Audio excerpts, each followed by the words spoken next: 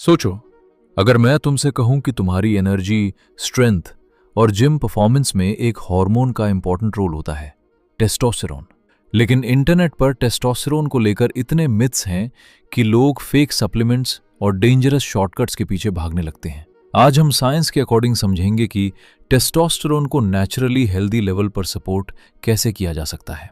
और एंड में मैं तुम्हें एक ऐसी कॉमन हैबिट बताऊंगा जो बहुत लोग रोज करते हैं और शायद तुम भी, इसलिए वीडियो एंड तक देखना। सबसे पहले सिंपल एग्जांपल, तुम्हारी बॉडी एक मशीन है। वर्कआउट उस मशीन को चैलेंज करता है, न्यूट्रिशन फ्यूल देता है और स्लीप रिकवरी में हेल्प करती है। टेस्टोस्टेरोन बॉडी का एक इंपॉर्टेंट हार्मोन है जो muscle mass, strength, sex drive, mood और रिप्रोडक्टिव हेल्थ में रोल प्ले करता है। लेकिन याद रखो, more testosterone doesn't always mean better. Body को बैलेंस चाहिए। अब अगर तुम टायर्ड फील करते हो, जिम में प्रोग्रेस रुक गई है या मोटिवेशन लो है, तो इसका मतलब ऑटोमेटिकली लो टेस्टोस्टेरोन नहीं है। Poor sleep, stress, nutrition, weight gain और कुछ मेडिकल कंडीशंस भी रीजन हो सकती हैं। इसलिए सिर्फ सिम्टम्स देखकर खुद को डायग्नोज मत करो। अगर जेन्युइनली कंसर्न है, डॉक्टर से प्रॉपर इवैल्यूएशन और ब्लड टेस्टिंग करवाना बेटर है। अब मैं क्वेश्चन, टेस्टोस्टेरोन को नेचुरली सपोर्ट कैसे करें? Number 1, sleep. रात के 1 बजे रील्स, 2 बजे गेमिंग, 3 बजे यूट्यूब और सुबह अलार्म बजते ही बस 5 मिनट और। Sound familiar? पुअर स्लीप तुम्हारी रिकवरी, एनर्जी, मूड और ओवरऑल हेल्थ को अफेक्ट कर सकती है। एक सिंपल एग्जांपल, सोचो तुम्हारा फोन सिर्फ 20% चार्ज है और तुम उससे पूरा दिन हेवी यूज कर रहे हो। फोन चलेगा लेकिन बैटरी जल्दी खत्म होगी। बॉडी भी प्रॉपर रिकवरी के बिना अपनी बेस्ट परफॉर्मेंस नहीं दे सकती। इसलिए कंसिस्टेंट क्वालिटी स्लीप को प्रायोरिटी दो। Number 2, strength training. Pushups, squats, rows, pullups और दूसरी रेजिस्टेंस एक्सरसाइजेज मसल्स और स्ट्रेंथ को इंप्रूव करने में हेल्प करती हैं।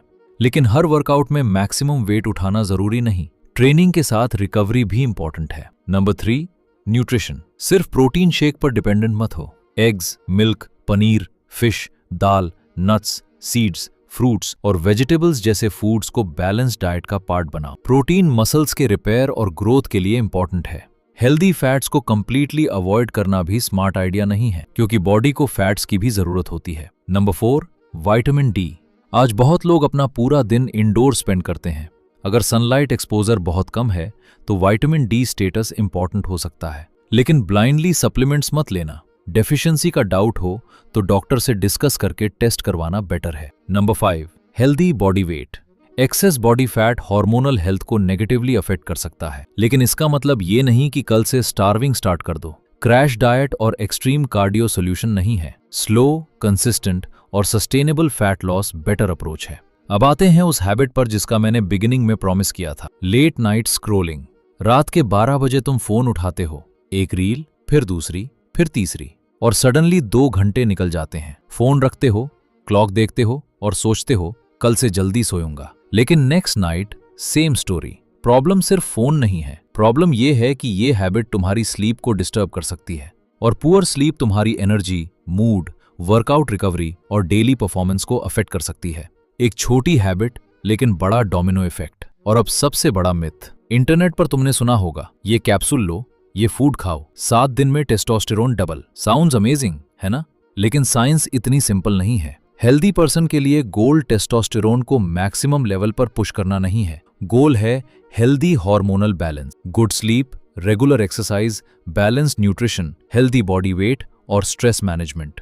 ये बोरिंग लग सकता है, लेकिन लॉन्ग टर्म में बोरिंग बेसिक्स ही पावरफुल होते हैं। और अगर तुम्हें जेन्युइनली लगता है कि टेस्टोस्टेरोन लो हो सकता है, तो रैंडम सप्लीमेंट लेने से पहले प्रॉपर मेडिकल इवैल्यूएशन करवाओ, क्योंकि हो सकता है प्रॉब्लम टेस्टोस्टेरोन हो ही नहीं, प्रॉब्लम कुछ और हो। तो याद रखो, quality sleep, regular strength training, balanced nutrition, healthy body weight और स्ट्रेस को मैनेज करना। रियल फिटनेस का मतलब सिर्फ हाई टेस्टोस्टेरोन नहीं है। रियल फिटनेस का मतलब है strong body, healthy mind, good energy, discipline और कंसिस्टेंसी।